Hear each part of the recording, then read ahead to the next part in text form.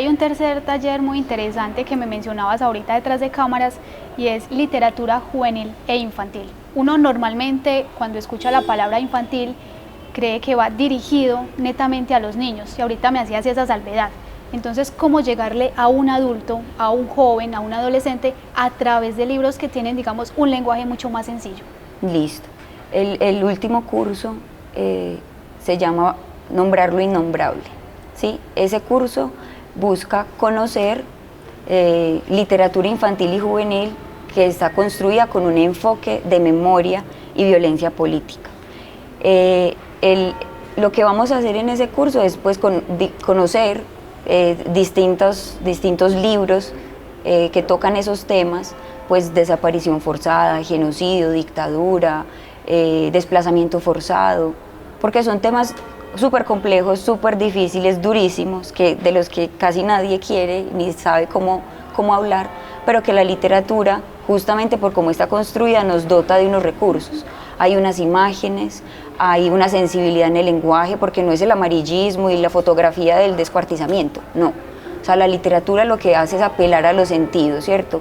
También a la creatividad, a la imaginación, a poner desde las analogías ciertos temas, ¿sí? No decir las cosas de manera literal, no irnos como a poner el dedo en la llaga, sino a mirar también cómo nos vinculamos con eso, cómo se despiertan nuestras emociones desde esos lenguajes estéticos, bonitos, cortos, que es uno de los elementos fundamentales de la LIG, cómo habla de cosas súper difíciles de manera sencilla.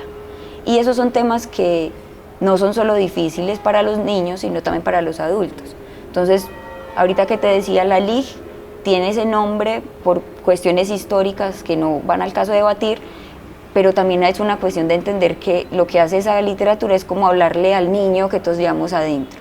Es decir, a esa persona que se pregunta, al niño investigador, al preguntón, al niño sin prejuicios, al niño que está atento y que quiere descubrir el mundo y que quiere saber qué es lo que pasa y que es creativo y quiere aportar. Todos los adultos tenemos eso, aunque nos hagamos los bobos a veces. Entonces sí con infantes, y las infancias pues son muy diversas, pero también con nosotros los adultos. Y este curso busca, bueno, vamos a hacer nuestro propio ejercicio de memoria, cuál es nuestra responsabilidad también con todos estos temas. Yo peco por omisión, por voltearme para el ladito, o también yo desde lo poquito que tengo y desde el lugar en el que estoy yo, cómo podría aportar a hablar de esto y que no se nos vuelva como un elefante en la sala.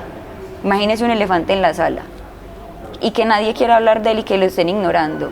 Semejante mamotreto en plena sala y todo el mundo pasando por un ladito.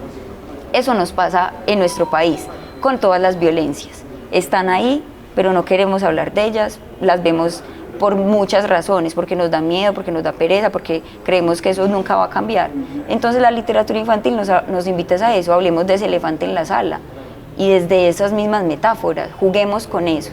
¿Cómo podemos desexotizar el tema y que podamos como tener una conversa sin violencia, sin que nos queramos arrancar pues la cabeza porque tengamos diferencias?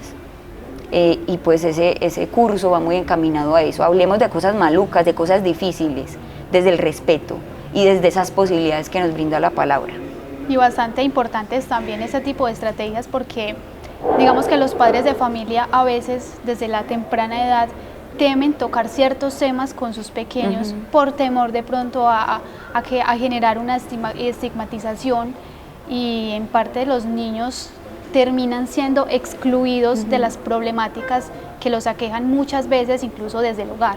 E incluso pues ahí se ven los niños en problemas porque los niños no tienen problema en hablar de cualquier cosa y hablan con más facilidad porque también carecen de ciertos prejuicios. Esos prejuicios se los vamos metiendo nosotros. Pero hablar con los adultos es más complejo.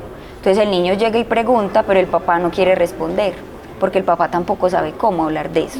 Entonces, ¿cómo hacemos para que nosotros los adultos también sepamos hablar de eso? Pues también nos arriesguemos a meter las patas, básicamente, porque los niños tienen todas las preguntas, pero nosotros no tenemos siempre la capacidad de escucharlos y de hablar con ellos.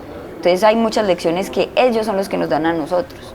Entonces vamos como a meternos con esos lenguajes infantiles, nosotros los adultos, para ver cómo podemos entablar ese diálogo.